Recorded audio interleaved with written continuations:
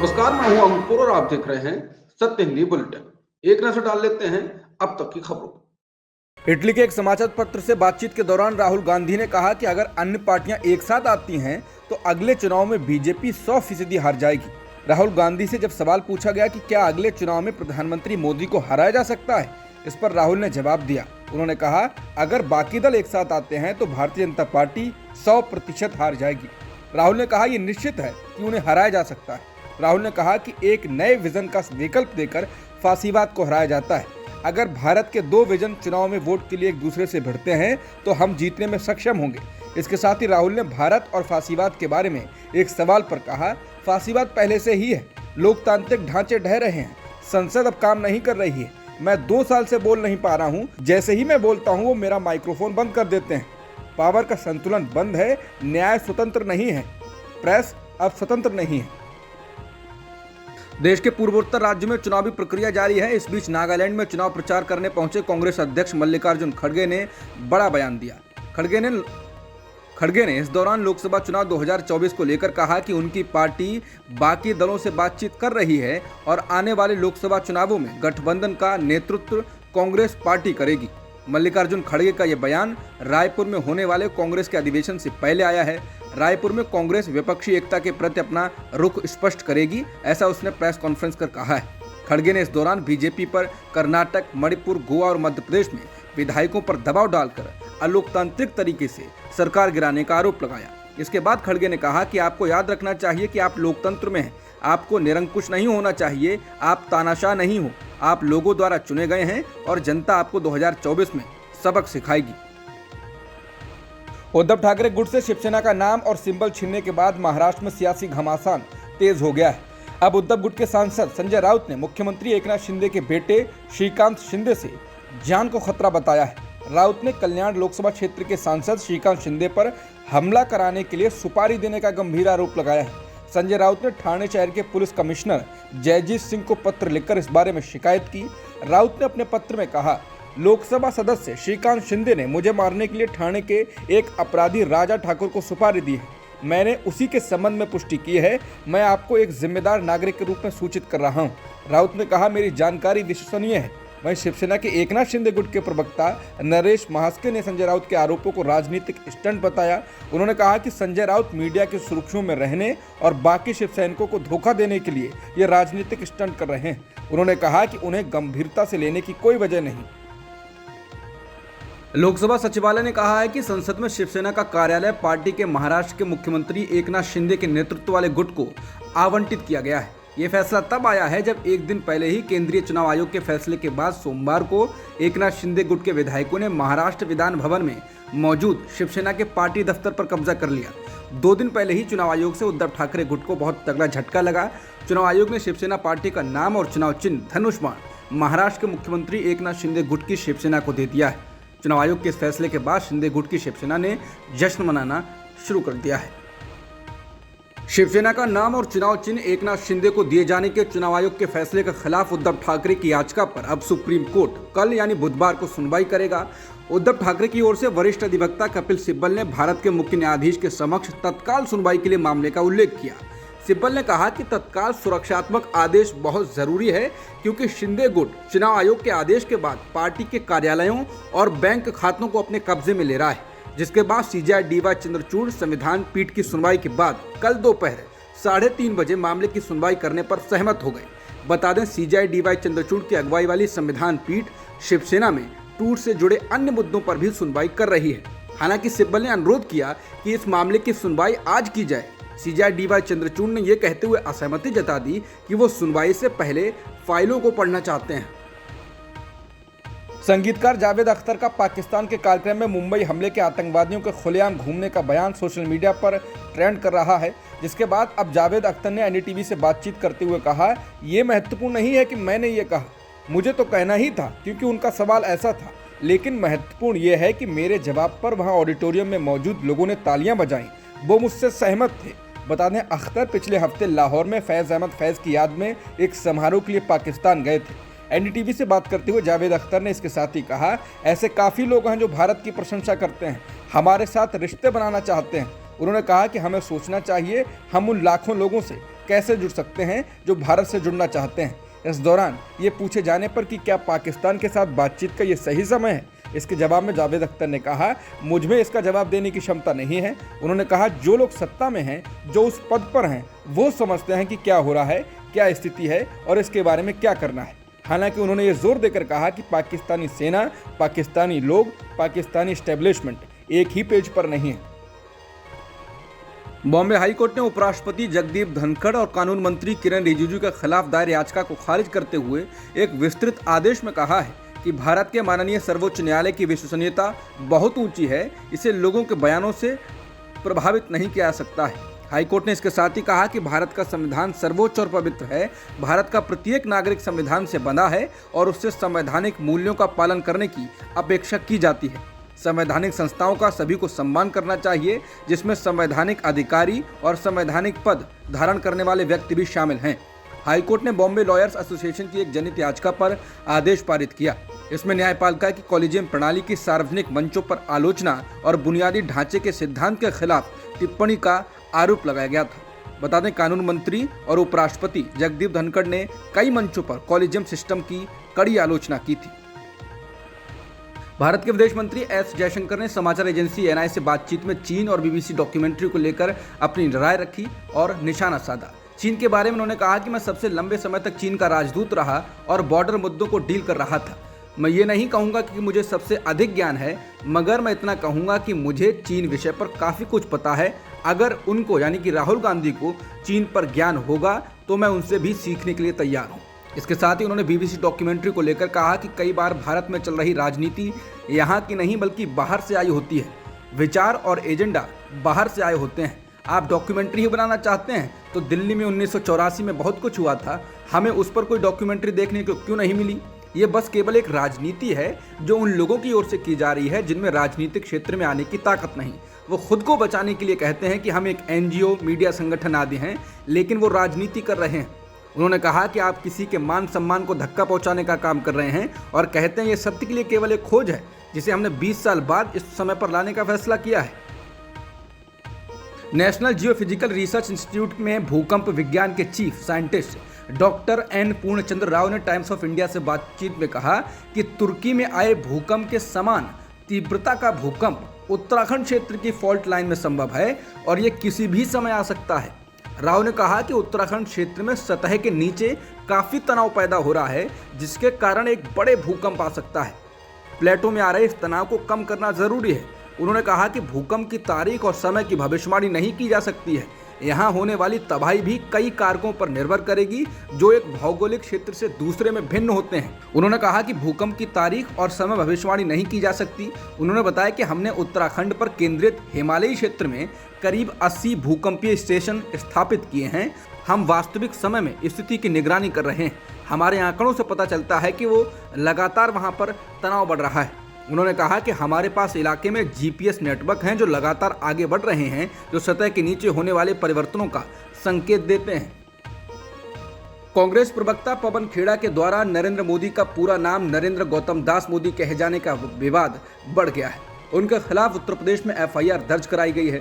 दरअसल गौतम अडानी हिंडनबर्ग विवाद पर कांग्रेस लगातार हमलावर है। इसी संदर्भ में कांग्रेस प्रवक्ता पवन खेड़ा एक प्रेस कॉन्फ्रेंस को संबोधित कर रहे थे। इसी प्रेस कॉन्फ्रेंस के दौरान पवन खेड़ा ने कहा, हम जेपीसी की मांग कर रहे हैं। हम पूछ रहे हैं कि आप संसद में चर्चा से क्यों भागते हो? जब नरसिम्हा राव ने जेपीसी बनाई, अटल बिहारी वाजपेयी ने जेपीसी बनाई, नरेंद्र दामोदर दास को जेपीसी से क्या प्रॉब्लम है? इसके बाद पास बैठे नेताओं ने बताया कि नरेंद्र दामोदर दास। तो खेड़ा ने कहा कि नाम भले ही दामोदर दास हो, काम गौतम दास का करते हैं। इसी के बाद विवाद बढ़ गया और बीजेपी हमलावर हो गई। पवन खेड़ा के द्वारा नरेंद्र मोदी के नाम को या कहें कि पिता के नाम को गौतम दास कहने के बाद बीजेपी हमलावर है। केंद्रीय गृह मंत्री अमित शाह ने बिना नाम लिए कहा कि पूरे देश के अंदर कांग्रेस पार्टी को कहीं सफलता नहीं मिल रही है। मेरे और सार्वजनिक जीवन के लिए चिंता करने वाले सभी लोगों के लिए चिंता का विषय है कि जब से राहुल गांधी कांग्रेस पार्टी के नेता बने, तब से कांग्रेस पार्टी के नेताओं का स्तर दिन प्रतिदिन नीचे जाता जा रहा है। उन्होंने कहा कि जिन प्रधानमंत्री जी ने देश के 80 करोड़ लोगों के जीवन में खुशहाली लाने का काम किया, देश की सुरक्षा सुनिश्चित की और दुनिया भर में जिनका सम्मान होता है, हमारे प्रिय प्रधानमंत्री जी के लिए जिस तरह की भाषा का इस्तेमाल होता है, मैं इसकी घोर निंदा करता हूँ। शाह ने कहा कि आज ही कांग्रेस के प्रवक्ता ने मोदी जी के लिए जिस तरह की भाषा का प्रयोग किया, मैं तो समझ रहा हूँ ये बात कांग्रेस के प्रवक्ता की नहीं है, ये बात कांग्रेस नेता राहुल गांधी के अनुकूल है और उनके द्वारा ये बात देश की जनता के सामने की जा रही है। उन्होंने कहा कि मगर मैं राहुल गांधी जी को कहना चाहता हूं कि 2019 में आपने पीएम मोदी जी के लिए अभद्र भाषा का इस्तेमाल किया था। नतीजा आपने देखा कि कांग्रेस पार्टी का विपक्ष का स्टेटस जाता रहा है। आज जिस तरह की भाषा का इस्तेमाल हुआ है, देश भर की जनता से जिस तरह की प्रतिक्रियाएं आ रही हैं, आप 2024 का नतीजा देखेंगे, कांग्रेस पार्टी दूरबीन लेकर देखने से भी नहीं देखेगी। देश की जनता इसका हिसाब करेगी। पवन खेड़ा की टिप्पणी के बाद मचे बवाल और अमित शाह के हमले के बाद कांग्रेस नेता पवन खेड़ा ने ही कहा है कि जब देश के पहले प्रधानमंत्री का और हमारे पूर्वजों का अपमान आप लोग करते हैं, तब तो नॉर्थ ब्लॉक के एचएमवी साहब कुछ नहीं बोलते। खेड़ा ने कहा कि हमने तो प्रधानमंत्री के पिता का कोई अपमान भी नहीं किया, न हमारे ऐसे संस्कार हैं। बता दें, पवन खेड़ा बीजेपी के नेताओं के द्वारा देश के पहले प्रधानमंत्री जवाहरलाल नेहरू को लेकर सालों से की जा रही टिप्पणियों को लेकर बात कर रहे थे। मालूम हो कि हाल ही में प्रधानमंत्री मोदी ने संसद में भी नेहरू सरनेम को लेकर गांधी परिवार पर व्यक्तिगत और तथ्यात्मक रूप से गलत टिप्पणी की थी, जिसके बाद भी हंगामा हुआ। पीएम मोदी ने कहा कि आप लोग नेहरू सरनेम लगाने में शर्माते क्यों हैं। इसके बाद कांग्रेस ने उनकी काफी खिंचाई की और कहा कि पीएम को देश की संस्कृति की बुनियादी समझ नहीं है, यहाँ कौन नाना के सरनेम का इस्तेमाल करता है। इसके बाद महिलाओं के मायके के सरनेम को लगाने की नीति बनाने की भी मांग होने लगी। हालांकि पीएम को संसद में जो बात कहनी थी वो कह दी और उसके बाद बयानबाजी का जवाब नहीं आया। राज्यसभा के सभापति जगदीप धनखड़ ने सोमवार को 12 विपक्षी सांसदों के खिलाफ मामले को जांच और रिपोर्टिंग के लिए सदन की विशेषाधिकार समिति के पास भेज दिया है। इन सांसदों पर सदन के वेल में बार बार हंगामा करने, नारेबाजी करने, कार्यवाही को बाधित करने जैसे आरोप हैं, यानी इन पर विशेषाधिकार हनन के तहत कार्रवाई हो सकती है।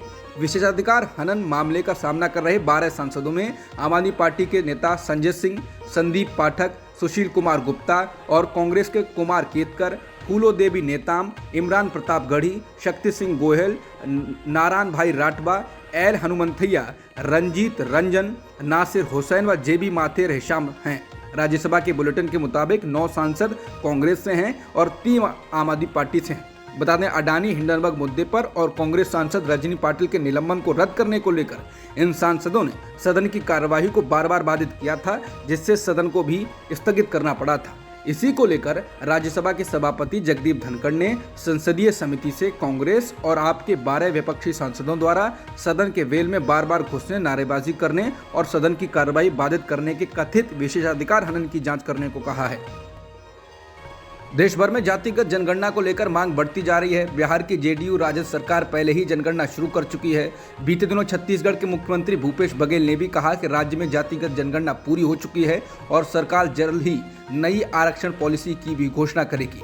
इसी बीच उत्तर प्रदेश में भी लगातार जातिगत जनगणना की मांग हो रही है। समाजवादी पार्टी इसको सबसे ज्यादा हवा दे रही है। पार्टी इसके लिए 24 फरवरी में प्रदेश भर में एक अभियान शुरू करने जा रही है। इस अभियान की शुरुआत प्रधानमंत्री मोदी की संसदीय सीट बनारस से हो रही है। समाजवादी पार्टी इस मांग को लेकर प्रदेश के सभी 822 ब्लॉक में जाएगी और हर ब्लॉक में एक जनसभा का आयोजन करेगी। सपा लोकसभा चुनाव से पहले इस अभियान को शुरू कर दलितों और पिछड़ों को अपने पाले में करने की कोशिशों में जुटी हुई है। इस खेमे का बड़ा हिस्सा वर्तमान में भाजपा के साथ है। समाजवादी पार्टी छिटक कर जा चुके हिस्से को ही अपने पाले में वापस लाने की कोशिश में है। गैंगस्टर लॉरेंस बिश्नोई और टेरर लिंक मिलने पर राष्ट्रीय सुरक्षा एजेंसी एनआईए ने आज मंगलवार को देश के 8 राज्यों में छापे मारे। ये छापे या तो जेल में बंद आरोपियों से जुड़े लोगों के यहाँ मारे गए या उनके घरों पर मारे गए। हाल ही में पंजाब के लोकप्रिय सिंगर सिद्धू मूसेवाला की हत्या में लॉरेंस बिश्नोई का नाम आया। उसके बाद बड़े बड़े पैमाने पर लॉरेंस गैंग से जुड़े आरोपियों की गिरफ्तारी उस हत्याकांड में हुई थी। एनआईए के मुताबिक सूत्रों ने बताया है कि देश भर में 72 ठिकानों पर छापे मारे गए हैं। बुलेटिन बनाए जाने तक उत्तर प्रदेश, एमपी, पंजाब, राजस्थान, हरियाणा और दिल्ली एनसीआर में छापेमारी चल रही है। उत्तर प्रदेश में एनआईए के अधिकारियों ने पीलीभीत में एक हथियार सप्लायर के घर पर छापे मारे।